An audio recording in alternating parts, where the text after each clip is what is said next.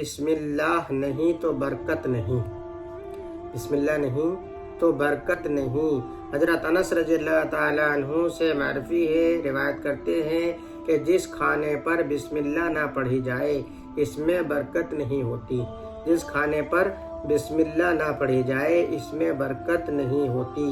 بسم اللہ نہ پڑھی جائے تو شیطان کی شرکت۔ حضرت جابر رضی اللہ تعالیٰ عنہ سے روایت ہے کہ نبی کریم صلی اللہ علیہ وسلم نے ارشاد فرمایا، نبی کریم صلی اللہ علیہ وسلم کو میں نے یہ ارشاد فرماتے ہوئے سنا کہ جب آدمی گھر میں داخل ہوتا ہے اور اللہ کا نام لے لیتا ہے اور کھانے پر اللہ کا نام لیتا ہے تو شیطان کہتا ہے نہ سونے کی گنجائش ہے نہ کھانے کی۔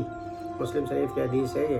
حضرت جابر رضی اللہ عنہ سے روایت کرتے ہیں کہ نبی کریم صلی اللہ علیہ وسلم سے میں نے سنا کہ رسول اللہ صلی اللہ علیہ وسلم نے ارشاد فرمایا، جب بندہ گھر میں داخل ہوتا ہے اور بسم اللہ کہہ لیتا ہے اور جب کھانا شروع کرتا ہے تو بسم اللہ کہہ لیتا ہے تو شیطان کہتا ہے نہ گھر میں رکنے کی گنجائش ہے نہ کھانے میں کی گنجائش ہے۔ یہ مفہوم ہے۔ بسم اللہ نہ پڑھنے پر شیطان کی شرکت کا واقعہ۔ حضرت ابو ایوب انصاری رضی اللہ تعالیٰ عنہ فرماتے ہیں کہ ہم لوگ ایک دن نبی کریم صلی اللہ علیہ وسلم کے پاس موجود تھے، کھانا پیش کیا گیا۔ ابتدا میں اتنی برکت ہوئی کہ ہم نے ایسی برکت نہیں دیکھی، پھر آخر میں اتنی بے برکتی ہونے لگی کہ ہم نے ایسی بے برکتی نہیں دیکھی۔ ہم نے آپ صلی اللہ علیہ وسلم سے پوچھا یہ بات کیسے ہوئی؟ آپ نے فرمایا ہم لوگ بیٹھے تھے تو بسم اللہ پڑھ چکے تھے، پھر بعد میں ایک شخص شریک ہوا جس نے بسم اللہ نہیں کہا، پس شیطان اس کے ساتھ کھانے لگا، اس کی وجہ سے یہ بے برکتی ہوئی۔